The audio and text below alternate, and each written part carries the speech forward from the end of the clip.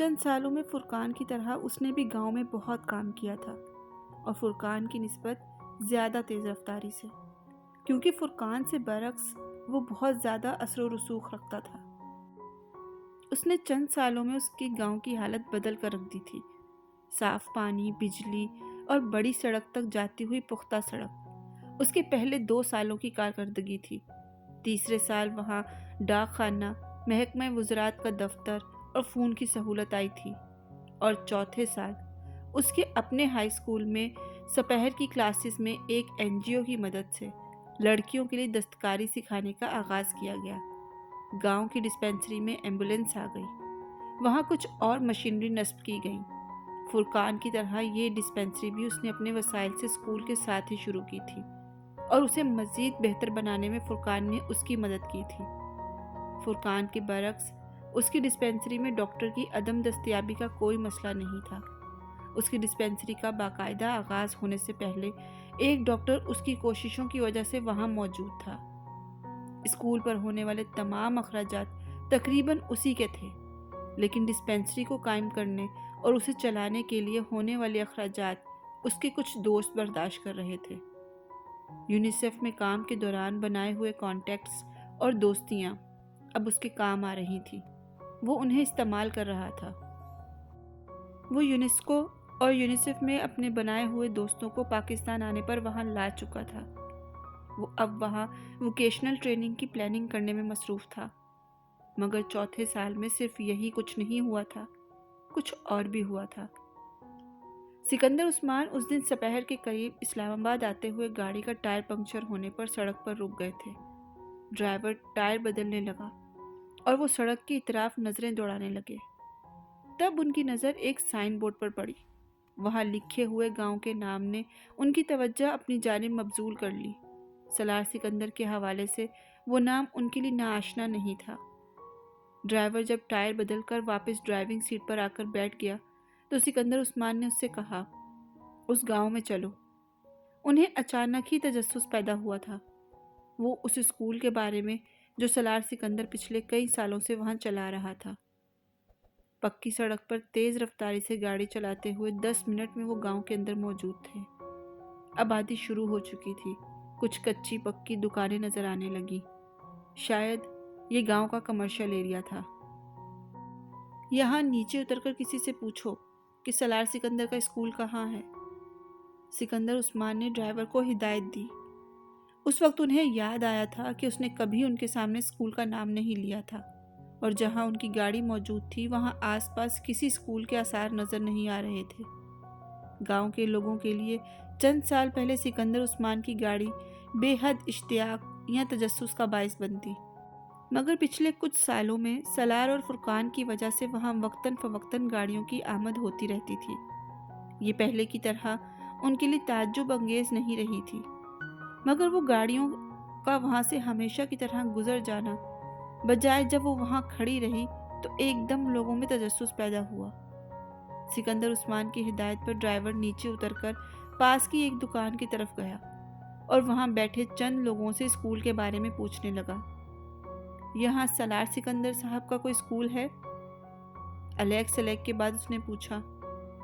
ہاں جی ہے، یہ اسی سڑک پر آگے دائیں طرف موڑنے پر بڑی سی عمارت ہے، ایک آدمی نے بتایا۔ آپ ان کے دوست ہیں؟ اس آدمی نے جواب کے ساتھ ساتھ سوال بھی کیا۔ نہیں، میں ان کے والد کے ساتھ آیا ہوں۔ والد؟ اس آدمی کے منہ سے بے اختیار نکلا، اور وہ وہاں بیٹھے ہوئے تمام لوگ یکدم سکندر عثمان کی گاڑی کی طرف لپکنے لگے۔ پھر آدمی نے اٹھ کر ڈرائیور سے ہاتھ ملایا۔ سالار صاحب کے والد آئے ہیں، بڑی خوش قسمتی کی بات ہے، اس آدمی نے کہا، اور پھر ڈرائیور کے ساتھ گاڑی کی طرف آنے لگا۔ وہاں بیٹھے ہوئے باقی لوگ بھی کسی معمول کی طرح اس کے پیچھے آئے۔ سکندر عثمان نے دور سے ہی انہیں ایک گروپ کی شکل میں اپنی طرف آتے ہوئے دیکھا تو وہ کچھ الجھن کا شکار ہو گئے۔ ڈرائیور کے پیچھے آنے والے آدمی نے بڑی عقیدت کے ساتھ کھڑکی سے اپنا ہاتھ آگے بڑھایا۔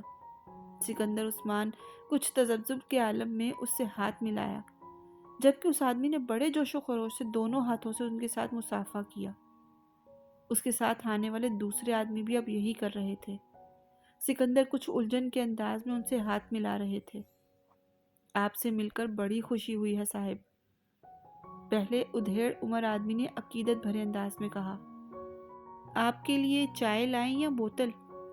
وہ آدمی اسی جوش و خروش سے پوچھ رہا تھا۔ ڈرائیور اب گاڑی سٹارٹ کر چکا تھا۔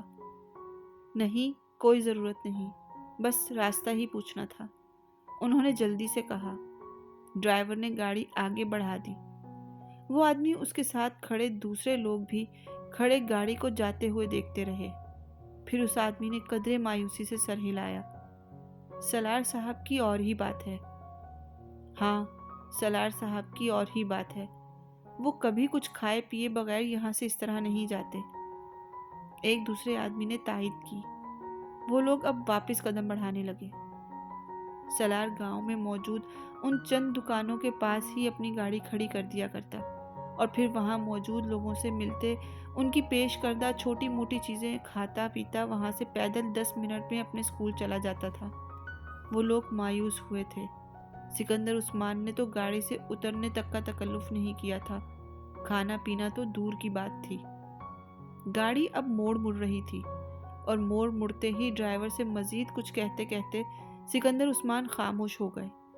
پچھلی سیٹ پر بیٹھے ونڈو اسکرین کے پار نظر آنے والی وسیع اور عریض عمارت ان چھوٹے کچے پکے مکانوں اور کھلے کھیتوں کے درمیان دور سے بھی حیرت میں ڈالنے کے لیے کافی تھی۔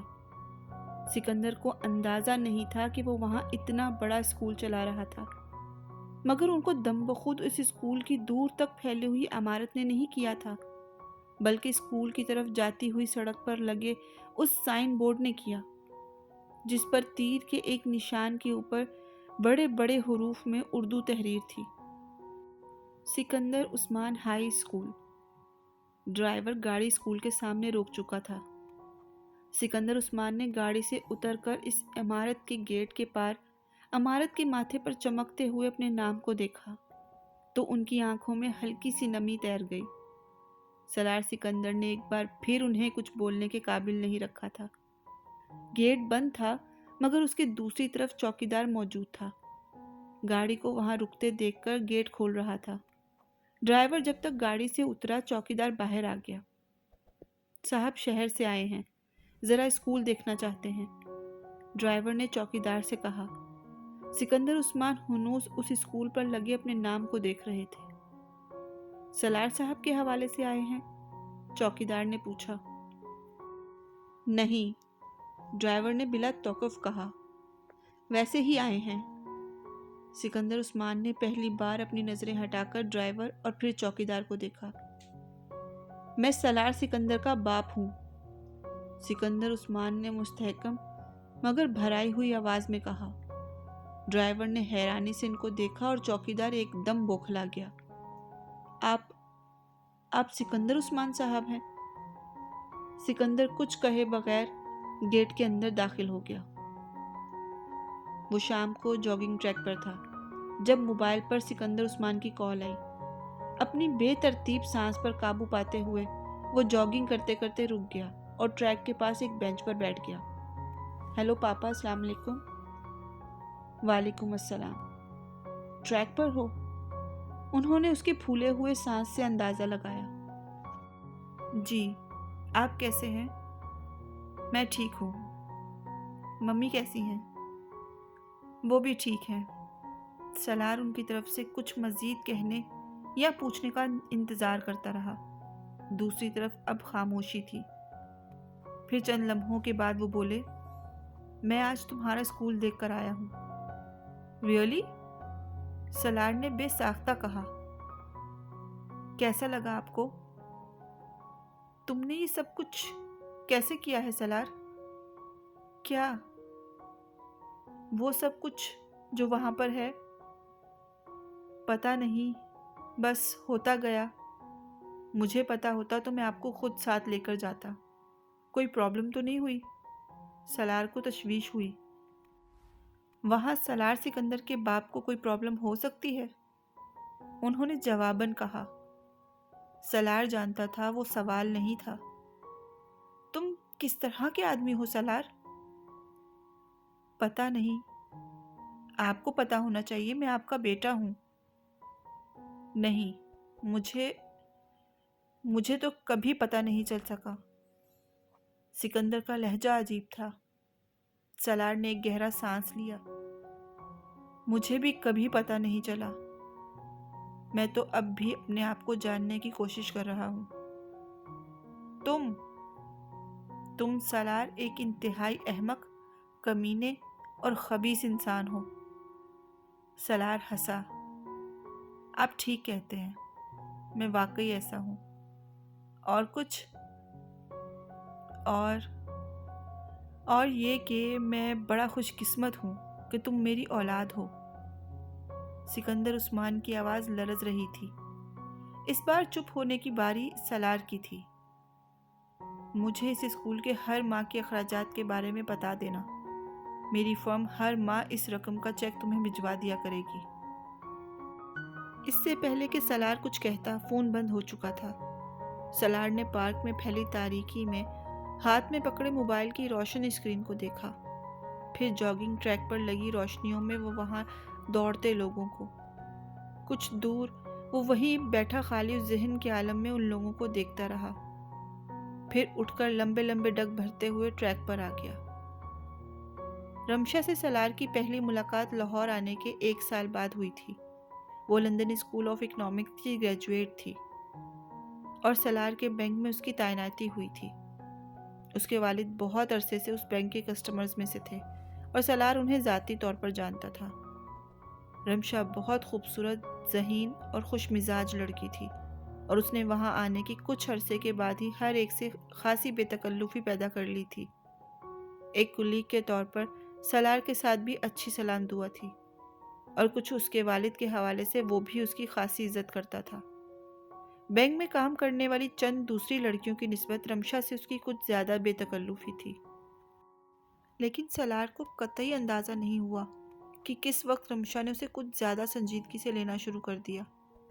وہ سالار کا ضرورت سے زیادہ خیال رکھنے لگی۔ وہ اس کے آفس میں بھی زیادہ آنے جانے لگی تھی اور آفس کے بعد بھی اکثر اوقات اسے کال کرتی رہتی۔ سالار کو چند بار اس کا یہ رویہ کچھ خلاف معمول لگا، لیکن اس نے اپنے ذہن میں ابھرنے والے شبہات کو جھٹک دیا۔ مگر اس کا یہ اطمینان پورے 1 سال کے بعد ایک واقعے کے ساتھ رخصت ہو گیا۔ سالار صبح آفس میں داخل ہوا اور داخل ہوتے ہی چونک گیا۔ اس کی ٹیبل پر ایک بہت بڑا اور خوبصورت بکے پڑا ہوا تھا۔ وہ اپنے بریف کیس کو ٹیبل پر رکھتے ہوئے اس نے وہ بکے اٹھا کر اس پر موجود کارڈ کھولا۔ ہیپی برتھ ڈے ٹو سالار سکندر، رمشا ہمدانی۔ سالار نے بے اختیار ایک گہرا سانس لیا۔ اس میں کوئی شک نہیں تھا کہ آج اس کی سالگرہ تھی، مگر رمشا یہ کیسے جانتی تھی؟ وہ کچھ دیر کسی سوچ میں گم ٹیبل کے پاس کھڑا رہا، پھر اس نے بکے ٹیبل پر ایک طرف رکھ دیا۔ اپنا کوٹ اتار کر اس نے ریوالونگ چیئر کی پشت پر لٹکایا اور پھر بیٹھ گیا۔ بکے کے نیچے ٹیبل پر ایک کارڈ بھی رکھا ہوا تھا۔ اس نے بیٹھنے کے بعد اس کارڈ کو کھولا۔ چند لمحے تک وہ اس میں لکھی ہوئی تحریر پڑھتا رہا، پھر کارڈ بند کر کے اس نے اپنی دراز میں رکھ دیا۔ وہ نہیں جانتا تھا کہ اس کارڈ اور بکے پر وہ کس طرح کا رد عمل کا اظہار کرے۔ چند لمحے وہ کچھ دیر سوچتا رہا۔ اس نے کندھے جھٹک کر اپنا بریف کیس کھولنا شروع کر دیا۔ اس میں سے اپنا لیپ ٹاپ نکال کر بریف کیس کو نیچے کارپٹ پر اپنی ٹیبل کے ساتھ رکھ ہی رہا تھا جب رمشا اندر داخل ہوئی۔ ہیپی برتھ ڈے سالار، اس نے اندر داخل ہوتے ہوئے کہا۔ سالار مسکرایا۔ تھینکس۔ رمشا اب ٹیبل کے سامنے پڑی کرسی کھینچ کر بیٹھ رہی تھی جبکہ سالار لیپ ٹاپ کھولنے میں مصروف تھا۔ بکے اور کارڈ کے لیے بھی شکریہ، یہ ایک خوشگوار سرپرائز تھا، سالار نے بات جاری رکھتے ہوئے کہا۔ وہ اپنا فون لیپ ٹاپ کے ساتھ اٹیچ کرنے میں مصروف تھا۔ مگر تمہیں میری برتھ ڈے کے بارے میں پتہ کیسے چلا؟ وہ پوچھے بغیر نہیں رہ سکا۔ جناب یہ تو میں نہیں بتاؤں گی، بس پتہ چلانا تھا چلا لیا، اور ویسے بھی دوست آپس میں یہ سوال نہیں کرتے۔ اگر دوستوں کو ایسی چیزوں کا پتہ نہیں ہوگا تو پھر وہ دوست تو نہیں ہوئے۔ سالار لیپ ٹاپ کی اسکرین پر نظریں جمائے مسکراتے ہوئے اس کی بات سن رہا تھا۔ اب میں سارے اسٹاف کی طرف سے پارٹی کی ڈیمانڈ کرنے کے لیے آئی ہوں۔ آج کا ڈنر تمہیں ارینج کرنا چاہیے۔ سالار نے لیپ ٹاپ سے نظریں ہٹا کر اس کی طرف دیکھا۔